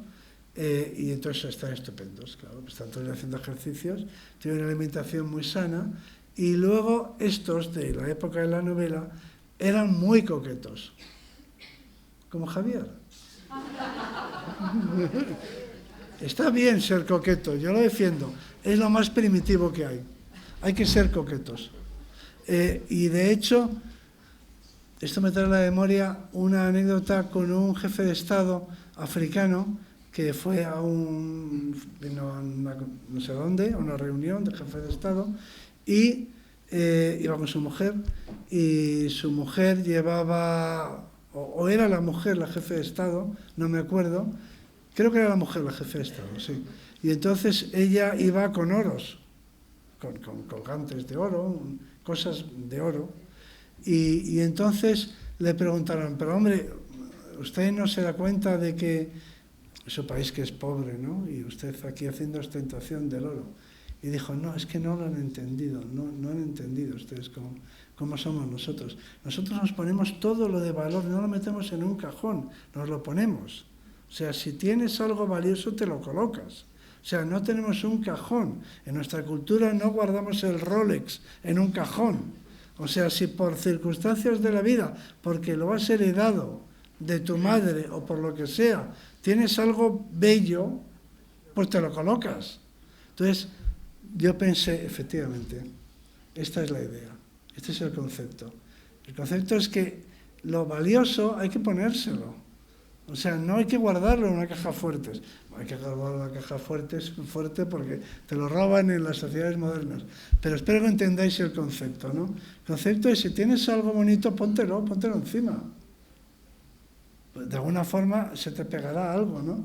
O sea, ponte lo que tengas bello, póntelo encima. Como Javier, que ha venido con esta camisa, ¿no? Es chula la camisa, ¿no? La camiseta, ¿o no? Bueno, sí, supongo. Claro, pero atención, todos somos coquetos. Todos somos coquetos. Lo que pasa es que nos da vergüenza reconocerlo, pero todo el mundo se arregla. O sea, yo me he afeitado. O sea, uno se afeita porque quiere afeitarse, nadie te obliga. Otro se deja barba porque quiere. Es decir, tú te miras al espejo y dices, me voy a cortar el pelo, me voy a cortar más, me voy a cortar menos, me voy a dejar un moño. O sea, tú te estudias y te apañas, ¿no? De manera que todos tenemos esa cosa de que nos preocupa nuestra imagen. Pero es que en la prehistoria no se puede ser más coqueto. ¿Por qué? Pues porque todo lo que tenían de valor se lo ponían encima. O sea que, claro, es como si cualquiera de nosotros, ahora tenemos que pagar la hipoteca y todo eso, ¿no? Pero si no tuviéramos que pagar la hipoteca, pues ¿qué nos pondríamos? Pues la camisa de Armani, ¿no? Y no del Mercadillo del Puerto de Santa María, por ejemplo. Quiero decir, en nuestra cultura es como más italiano, ¿no? O sea, el dinero que tengo, pues me compro una camisa de Armani. ¿Para qué? Pues ¿para qué quiero el dinero? Me lo pongo, el dinero me lo pongo encima, ¿no? O sea, la idea esa de los italianos, ¿no? No tengo mucho dinero, pero si consigo juntar 1.000 euros, me compro un traje de Armani, me temo que no, pero de corte fiel, ¿no? Me compro, pero si consigo cuántos miles para comprarse el traje. Bueno, hay rebajas, hay oportunidades, ¿no? De 2.000 euros, pues me compro un Armani, un Hugo Boss. O sea, esa psicología, ¿no? De decir, bueno, si nos vamos a morir, o sea, vamos a adornarnos, ¿no? ¿Para qué quiero el dinero? Ahora lo queremos porque tenemos que pagar el seguro de no sé qué, del coche.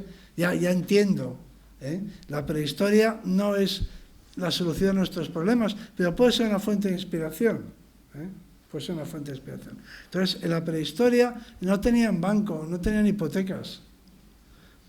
Tenían una cazadora de ante, pero eso sí, chula.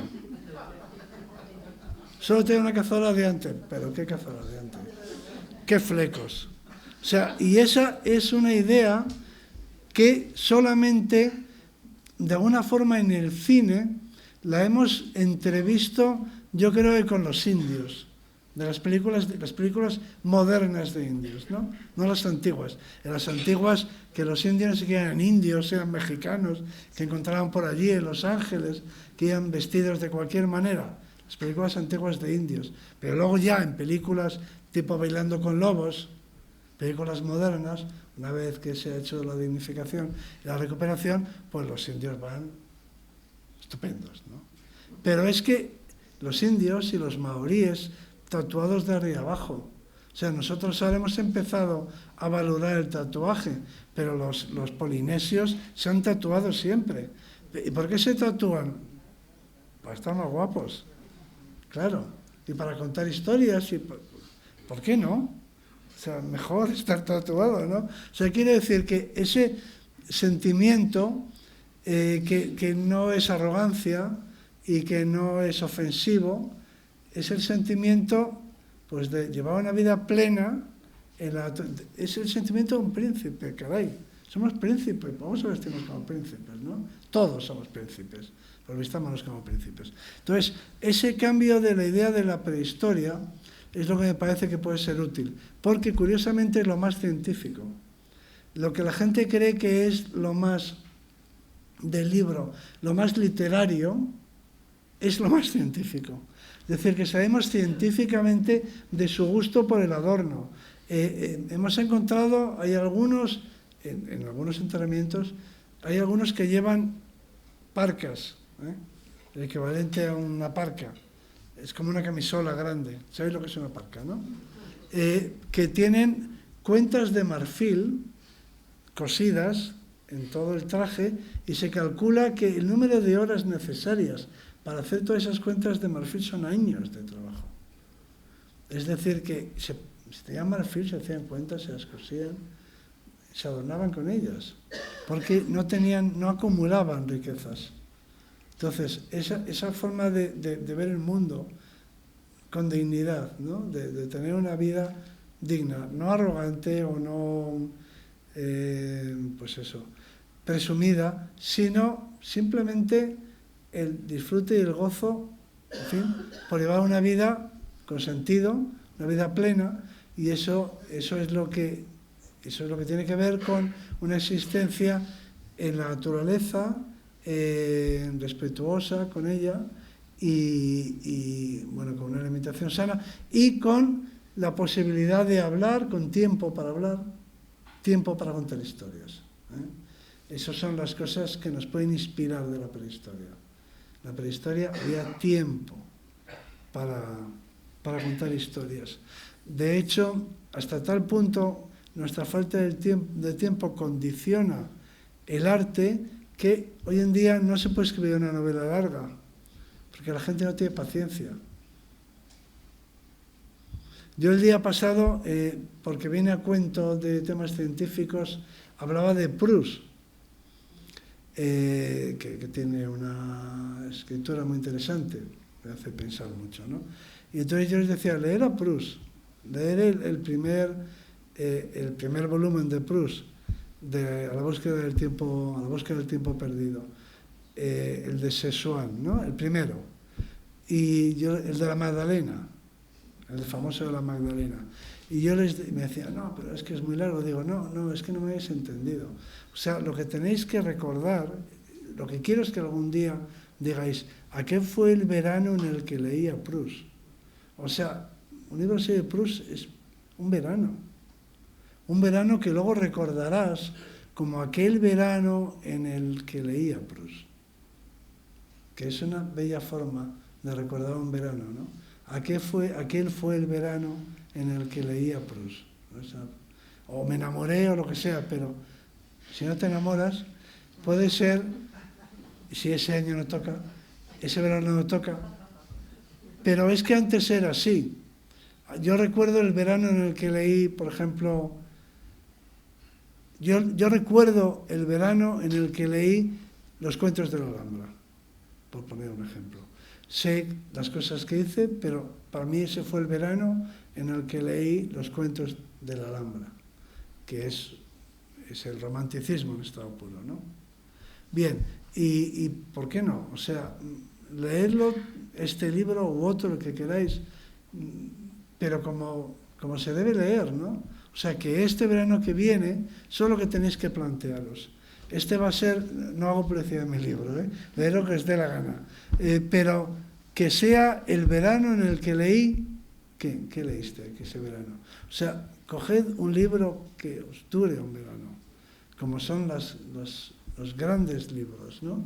Te tienen que durar un verano, para que luego algún día digáis, este fue el verano. Bueno, me gustaría que dijerais, aquel fue el verano en el que vi a Caravaggio. Eso tiene que quedar claro, ¿no? Aquel fue el verano en el que vi el Ecce Homo. Solo va a estar el Ecce Homo hasta noviembre, creo, diciembre. El otro no, el otro es del Prado. El David es del Prado. Pero es que la vida hay que hacerla así. Así es como se hace una vida. Así es como se hace una vida con recuerdos. Como se hace un cesto. Con artesanía.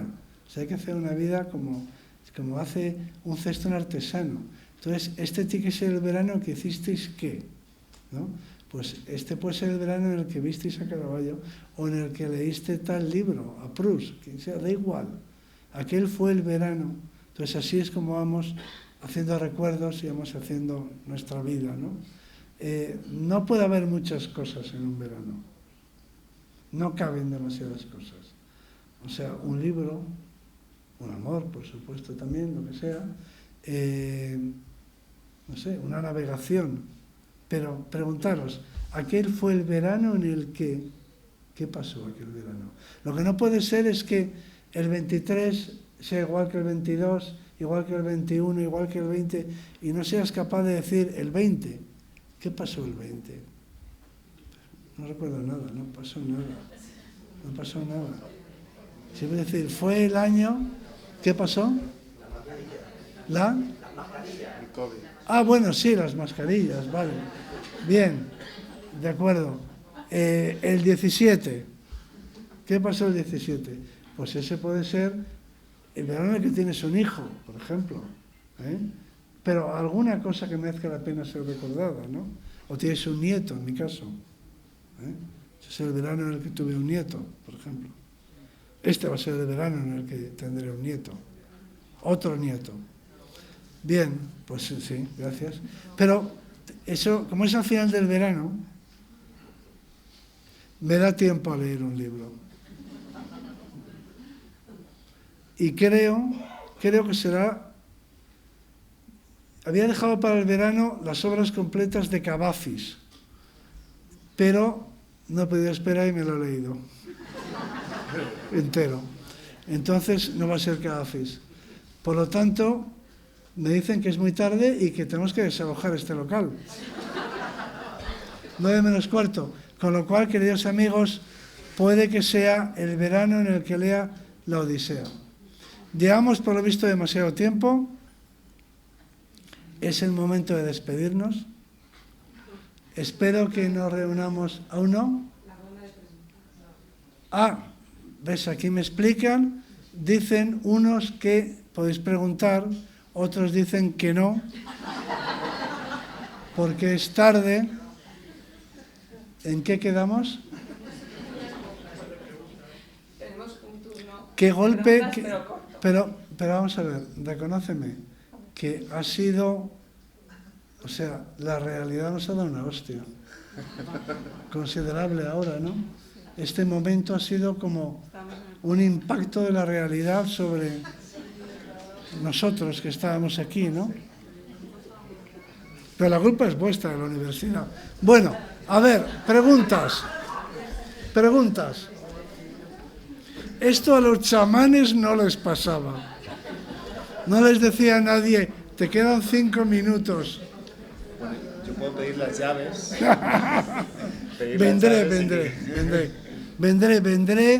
Vendré para ver ese monólogo, o fragmentos a lo mejor, ¿no? Del libro. Por supuesto, voy a estudiarlo y te plantearé una propuesta. ¿Alguna pregunta? Tenemos tiempo para dos. Solo 2 preguntas. Bueno, depende de De lo que me enrolle. Pues os habéis quedado sin que os cuente. Era en relación de lo que estabas comentando del arte en los antiguos, por ejemplo, una bifaz es Un bifaz, preguntas por el bifaz. Sí, no, estoy diciendo que es un elemento artístico impresionante para mí, vamos. Sí, O sea, que no es solo utilitarista, sino que es un elemento artístico. tiene simetría. El bifaz, el hacha de mano. El hacha de mano, pues nos queda esa duda. Es una duda eterna si el hacha de mano ya es un objeto artístico o si tiene un elemento artístico. Es una herramienta funcional, pero la pregunta es si además de ser una herramienta funcional tiene algún significado o valor estético, al menos tiene simetría, es un objeto estandarizado, tiene algunos de los elementos que podrían llevarnos a una idea de, si no del arte, sí de la artesanía, ¿no?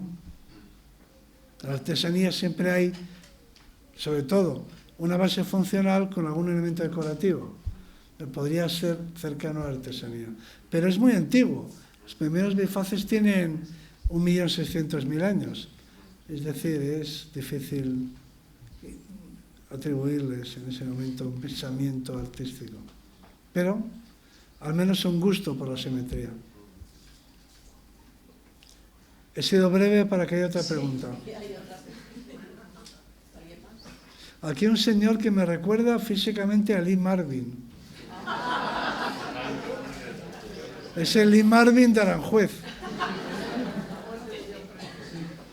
Mira, nos has invitado mucho a ver a Caravaggio, Sí, Museo del Prado, a todo esto. Yo, aparte que me gusta también ir a los museos y me gusta bastante leer, sí, soy muy viajero. sí. Entonces, últimamente estoy yendo mucho a África a ver tribus ancestrales que se van a perder. Claro. Entonces, que se van las escarificaciones de la Sí. de los cuerpos y todo esto. Pero al mismo tiempo, de momento no hay un turismo masivo. Pero es conveniente que vayamos para que no se pierdan o nos privamos de esas tribus. Hay gente que sí dice que sí, hay dicen que no. Hay una cosa, es difícil de contestar, pero el occidental pretende que los masái sigan siendo toda su vida masáis. Entonces, es como si los vascos tuviéramos que estar toda la vida con las ovejas, ¿no? Quiero decir, a mí, yo lo que espero es que los masái sean jueces del Tribunal Supremo, sean pilotos del Jumbo.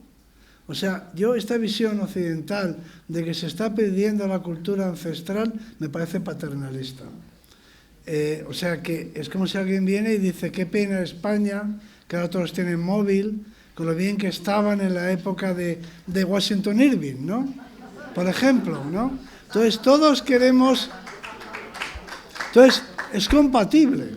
Es compatible, yo hablo en mi caso, es compatible ser neurocirujano y hablar euskera. O sea, no tienes por qué perder, o sea, no tienes por qué llevar boina para ser vasco.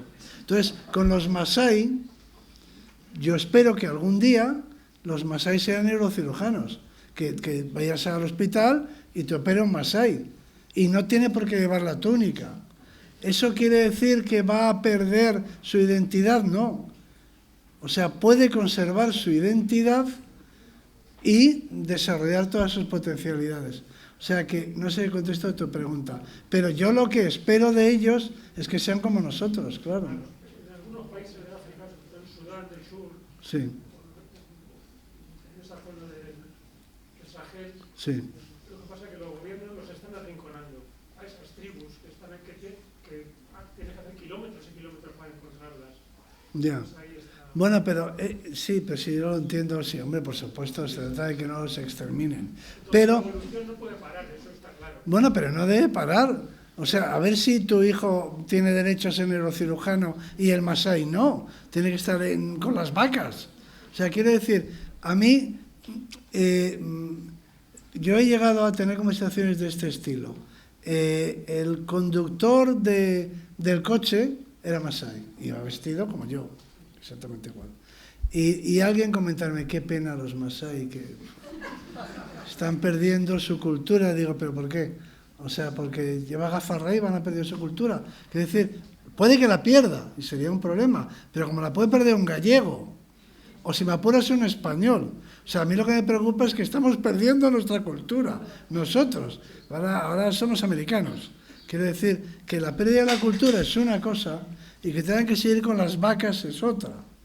Entonces, claro, hombre, por supuesto, si hay pueblos que los van a exterminar, eso hay que defenderlos, pero yendo más allá, a mí me parece que la visión occidental de que los maoríes tienen que ir con faldita y no pueden ser catedráticos de la Complutense, o sea, ¿por qué no el maorí no puede ser catedrático de paleontología? Quiero decir, queremos que sigan siendo tribus. Y en fin, de lo que se trata es de que se preserve la diversidad cultural, pero eso no se trata de la economía tradicional, son cosas distintas. Se ha acabado. Bueno, no, el Prado es gratis todas las tardes. ¿El Prado mañana en concreto? Ah, bueno. ¿Desde las? No, hombre, no. Pero mañana. Ah, mañana mañana concretamente. ¿En serio? No, pero vamos a ver, ¿cuándo abre? Prado abre todas las tardes a partir de las 6, creo. Pero por alguna razón celebran algo. Bueno, en fin. Es que no se me ocurre nada mejor que hacer. Francamente. Entonces mañana habrá como una avalancha. ¿Cuál es el gentilicio de Aranjuez? Ribereños. Mañana habrá una invasión de ribereños en el Museo del Prado, ¿no? Bueno, Juan Luis. ¡Hala! Todo el mundo fuera.